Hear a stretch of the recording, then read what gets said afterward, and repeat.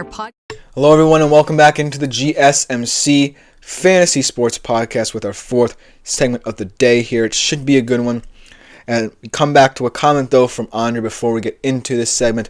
I never tried fantasy college football. I want to try next season, though, and I completely agree. It is very niche. It is something that perhaps, not a lot of people are familiar with. But I do want to bring it into the public eye a little bit more and talk about some of these guys because it's truly getting to be a very intriguing fantasy college football season. But I do want to get into our fourth segment of the day here, talk about some bold fantasy predictions, and I will say this. My first one that I have here in my graphic blew up in my face. As always, I always tell you guys this.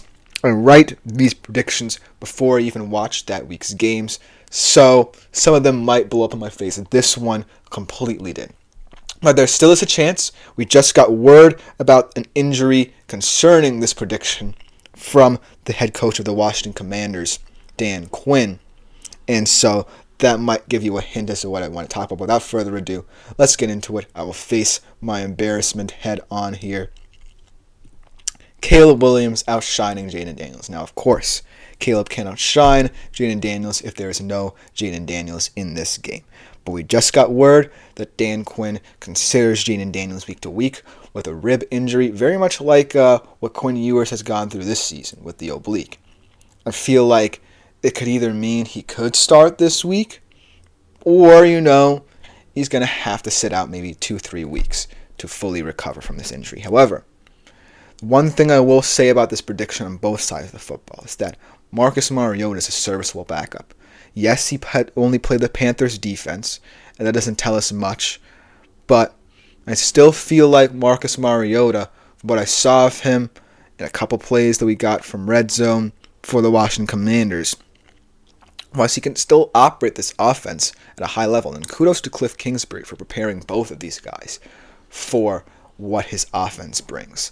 And not for nothing, Marcus Mariota thrives in these kind of college-style offenses. So look for him to potentially have a say in this game as well. It's going to be a tough game, but here's the thing that I want to say about this prediction, regardless of whether or not Jaden Daniels plays. If Jaden Daniels doesn't play, that highly favors Caleb in this matchup, because not only is he not going to hear all the buzz about this being a potential match between the number 1 and number 2 pick in the draft, he's going to have much less pressure on him. And not for nothing, yes, he's been getting better, but this is a game that I feel like, Jaden Daniels would get more attention than him in this. And I don't know whether or not he would have handled it this well, especially coming off a high. As honestly, I would not be surprised if Caleb finishes a top 5 fantasy QB. His schedule rest of the season is pure gold. And I completely agree. I feel like Caleb is someone who we've seen mature week in, week out. But this game really was a point of contention if Jaden Daniels were healthy for it. And he still could be, but I'm saying that if Jaden Daniels doesn't play, you don't necessarily have to worry about the pressure of it being a 1 versus 2 matchup in terms of your draft selection. So I do think that Caleb will shine, maybe scratch the Jaden Daniels part because we don't know his status, but I still think that Caleb will have a lot of value as the season goes on, especially if Jaden Daniels doesn't play in this game, because this could be a pressure point for him this season. And I think he'll live up to the expectations. The second one that I want to talk about is the Cowboys 49ers. It's going to be a bit of a snooze fest, I believe. It's a little premature. It's the Sunday Night Football game. And, we don't know whether or not, several of the 49ers key players will be playing this game. Maybe Christian McCaffrey could return. We haven't necessarily heard any news about a timeline just yet for him.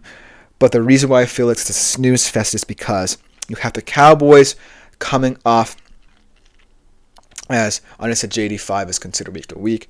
We can confirm that. Just got the update as well, so thank you for that, my man. I do feel like the Cowboys coming off the bye, I don't even know As Andre said, I didn't even see what happened. Did he take a bad hit? I actually didn't see what happened myself. All I know is that he only threw 2 passes in this game, and so I don't really know what really happened. But he did look a little bit himself on the sideline, so you never know. So we'll see. We'll see. It will make the matchup a little bit more exciting if he does play because of the storylines, but if he doesn't play, I still think it will be a good matchup between these two teams, the pretty much surprise teams of the NFC this season. But getting back into the Cowboys 49ers, this one between two teams who you thought would be premier teams in the NFC will be a snooze fest. Because the Cowboys, coming off the bye, I don't even really think it will help them that much. I still think, this defense, whether or not they are fully healthy or not, is atrocious, especially up front, stopping the run. And this offense, man, if you're a Cowboys fan and you continue to implore this offense to stop being so Dak and CD heavy, you can't help but think that it's not going to be pretty, even after a bye. But you never know. And I think this is a perfect game to truly test run something if you feel like your team is too Dak and CD centric. But on the other side of things, the 49ers are just super decimated. I don't necessarily know who will be the wide receiver 1 in this game. Will Ricky Pearsall, who might be making his first start after being almost fatally shot, be the wide receiver 1 in this game? Or will it be Jacob Cowing as well? So you never really know. I do think Debo might come back because it was just an illness he was going through this week. But the Ayuk injury looks pretty severe, and McCaffrey could still be out. So I don't really know what to think of this game from a fantasy perspective. That being said, both of these offenses have unique opportunities to prove themselves. For the 49ers to prove that they're not just overly reliant on their big stars of the Cowboys, to try something new outside of just trying to feed the CeeDee Lamb the football 40 to 50 times a game. So we'll see. The next one, the Raiders defense. This is a bold one. Top 5 against the Chiefs. Now, this one may not even be that bold, but I still think it's bold considering the fact that the Raiders defense may be what has to carry it the rest of the season. So it's going to depend on how much pressure they face and where they are on the field and things of that nature. But I still think that the Chiefs' offense is one in which I don't necessarily really trust Travis Kelce to carry the brunt of the load. If there's really no offensive weapon outside of him that steps up. I don't know whether or not Mecole Hardman or Sky Moore, for no matter how long they've been there for, can be the answer. But I do think that the Raiders defense definitely feels like they'll have a slight advantage in terms of those two units going up against each other. Just because of the fact that, like Patrick Mahomes addressed himself, he's not playing his best football, and we still don't know what this Chiefs offense is going to be. They do seem to have a decent run game with Kareem Hunt and Isaiah Pacheco and Carson Steele, but that might be all they have for a little bit of time until they figure out, how do we move the football passing it. So look for the Raiders defense to try to exploit that aspect of the Chiefs offense.